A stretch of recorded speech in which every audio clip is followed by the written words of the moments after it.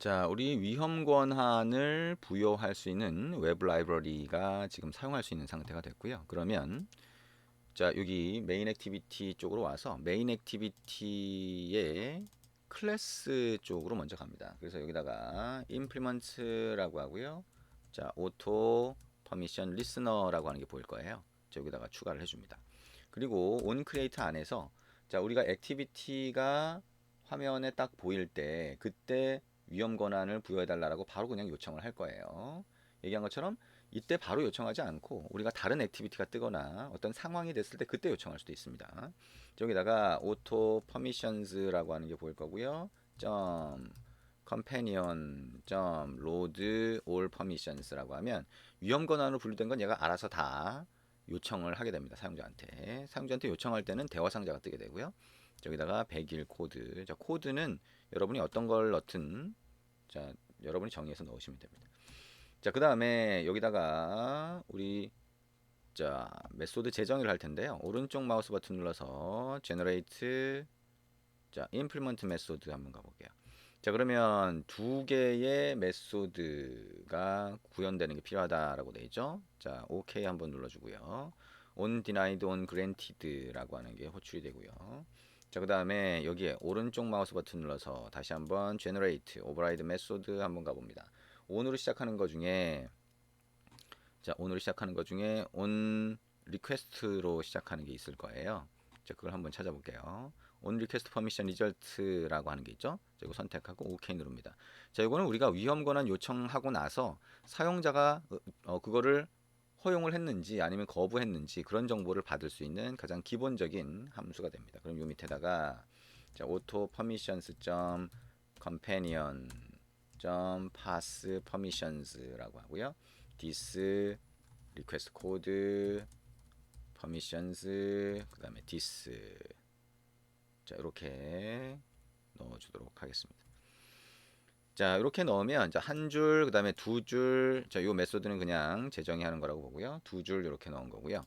자, 여기에 on denied하고 on granted가 있는데 여기다가 show toast라고 하는 메소드를 밑에다 만들고요. 자, 그걸로 해서 자, 권한 거부된 것이라고 하고 자, 거부된 게 몇 개냐라고 하는 거죠. 자, 이게 저기 스트링에 스트링스로 되어 있는데요. 실제로는 이게 퍼미션의 개수가 됩니다. 이게 그래서 이게 실제로는 permissions 이렇게 할 수가 있고요. 그 다음에 이거는 자, 리퀘스트 코드 보낸 게 이쪽으로 그대로 전달이 돼요. 자, 이렇게 한번 바꿔볼게요.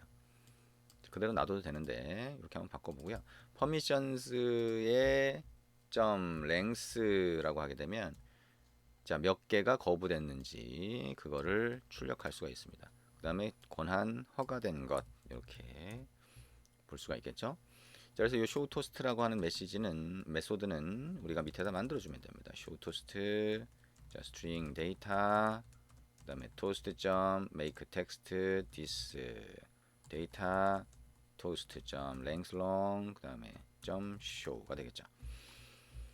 자, 이렇게 하면 권한을 부여하는 것까지 우리가 같이 한번 해봤습니다. 자, 이제 실제 실행이 되는지를 한번 보도록 하겠습니다. 자, 에뮬레이터를 실행을 해야 되겠죠. 자, 에뮬레이터 뭐 실행되어 있으면 그 상태에서 그냥 앱만 실행을 하셔도 됩니다. 자, 에뮬레이터를 실행을 했고요. 그 다음에 앱을 에뮬레이터 쪽으로 실행을 합니다.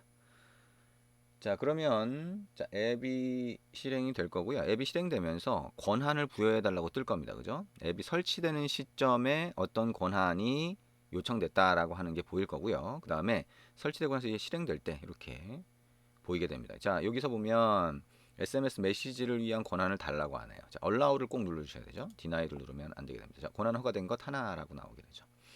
자, 그럼 이제 앱이 권한까지 받았으니까 SMS를 받을 수가 있는데 이 에뮬레이터는 지금 SMS를 받을 수가 없죠. 실제 단말은 여러분이 진짜로 SMS를 보내보시면 되고요.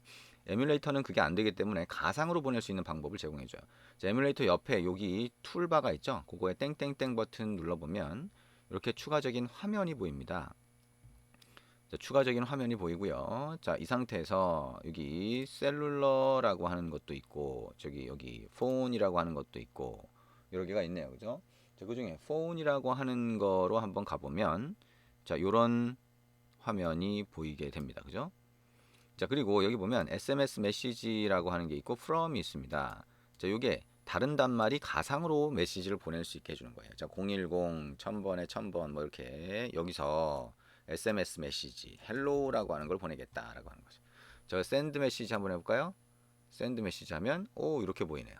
자, 기본적으로 단말에는 SMS 메시지를 받을 수 있는 기본 앱이 들어가 있죠. 그래서 그 기본 앱이 딱 뜨게 된 겁니다. 그게 알림으로 자, 띄워준 거라고 볼 수가 있고요. 자, 우리 로그로 남도록 출력이 되도록 이렇게 만들었으니까 로그캣을 열고요. 자, 이 로그캣에 저렇게 메시지가 출력이 됐는지를 한번 가서 보도록 하겠습니다. 자, 위쪽으로 올려서 보니까 온 리시버 호출됨이라고 보이고요. 그 다음에 SMS 리시버라고 하는 요 태그로 찾으셔도 돼요. 자, 태그로 찾고 싶으면 자, 여기에 자, 에디트 필터 컨피그레이션이라고 하는 걸 띄워보면 이렇게 나오고요. 필터 네임을 예를 들면 SMS 리시버 자, 이름은 뭐 아무거나 붙이시면 되고요. 자, 로그 태그라고 하는 데다가 SMS 리시버 이렇게 입력을 하고 OK 누르면 여기 모듈이 바뀌죠. 저기 SMS 리시버라고 하는 게 나오는데 그러면 이 태그에 해당하는 로그만 출력을 해줍니다.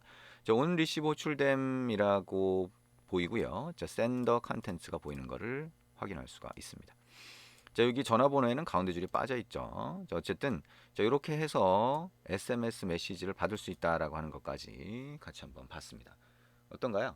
자, 이게 SMS라고 하는 게 브로드캐스트 리시버라고 하는 걸 쓰게 되는데 우리가 대표적으로 이제 SMS를 수신하는 걸 봤지만 실제 앱에서 쓸 때는 이거 말고 우리가 다른 데서 받은 그 정보를 서비스나 이런 데서 또는 그냥 SMS 리시버 말고 다른 리시버 쪽으로 해서 직접 브로드캐스트 메시지를 보내는 경우가 있어요. 우리 앱 안에서 또는 아니면 다른 앱에서 브로드캐스트 메시지를 보내고 그거를 우리 앱 쪽에서 브로드캐스트 리시버로 받아서 처리를 하는 경우가 이제 가끔씩 생기게 됩니다. 그래서 브로드캐스트 리시버라고 하는 게 꼭 단말에서 보내는 메시지만 받는 게 아니라 다른 앱이나 우리 앱 안에서도 서로 메시지를 주고받고 싶을 때 구성 요소 간에 이제 그럴 때도 사용한다라고 생각을 하시면 되겠네요. 자, 그러면 이제 여기 보면 이제 SMS 메시지를 받는 것까지 됐죠. 자, 이렇게 받는 것까지 됐는데 이 받은 메시지를 화면으로 한번 띄워 보겠습니다. 화면으로 그러면 화면을 하나 만들어야 되겠죠. 자, 화면을 액티비티로 하나 만든 다음에 리시버에서 그 화면을 띄워 볼 거예요. 그러면 리시버도 화면이 없는 거죠. 얘도 서비스처럼 얘도 화면이 없어요. 그러면 여기서 스타트 액티비티를 할 수 있다면 그러면 그 화면이 없는 상태에서 띄우게 됩니다. 서비스에서 화면이 없는 상태에서 액티비티를 띄웠던 것과 비슷한 상황이 되겠죠.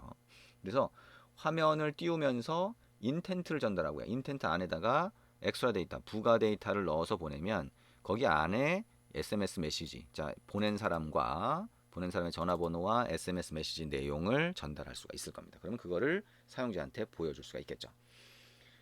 자, 그러면 일단 사용자가 볼 화면을 먼저 하나 만들어 보겠습니다. 자, app 선택하고요. 오른쪽 마우스 버튼 눌러서 new activity, 자, empty activity 선택을 하고요.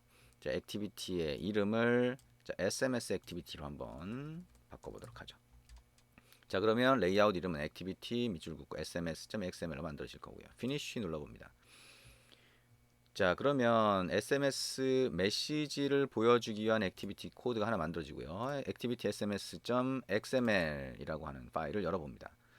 자, 여기다가 자, 우리 SMS 보낸 사람과 내용을 뿌려줄 거고요. 자, 그러면 constraint layout 선택하고 오른쪽 마우스 버튼 눌러서 convert view, 자, linear layout apply 해봅니다. 자, 방향은 오리엔테이션으로 해서 버티컬 해주고요. 자, 위쪽에다가 자, 우리 SMS를 보낸 사람, 자, 그게 되겠죠. 자, 그러면 텍스트 뷰 하나 넣고요. 텍스트 뷰 하나 더 넣고요. 그 다음에 내용에 해당하는 게 되겠죠. 자, 그것도 텍스트 뷰 하나 더 넣어줍니다. 세 개를 한번 넣어주고요. 자, 첫 번째 텍스트 뷰 같은 경우에는 자, 수신한 SMS 메시지, 문자 메시지라고 할까요? SMS보다 자, 문자 메시지라고 하는 제목을 표시를 해줍니다. 자, 그 다음에 텍스트 사이즈라고 해서 글자 크기를 좀 키워보도록 할게요. 자, 요거는 30sp. 자, 이렇게 하고요. 자, 두 번째는, 자, 요거는, 자, 마찬가지로 30sp로 할까요? 자, 그 다음에 세 번째, 자, 요거는 20sp. 이렇게 해보겠습니다. 자, 그래서 두 번째 같은 경우에는 자, 전화번호로 표시를 한번 해볼게요. 발신번호 누가 보냈는지. 그 다음에 네 번째는 문자 내용. 이렇게 해서 출력을 해보도록 하겠습니다. 모양을 예쁘게 만드는 거는 여러분 직접 해보시면 됩니다. 자, 그리고 문자 내용은 이제 뭐 일단은 SMS 같은 경우에는 80바이트로 제한되어 있죠. 그래서 그 MMS로 오게 되면 이제 좀 더 많게 되고요. 자, 이어서 해보도록 하겠습니다.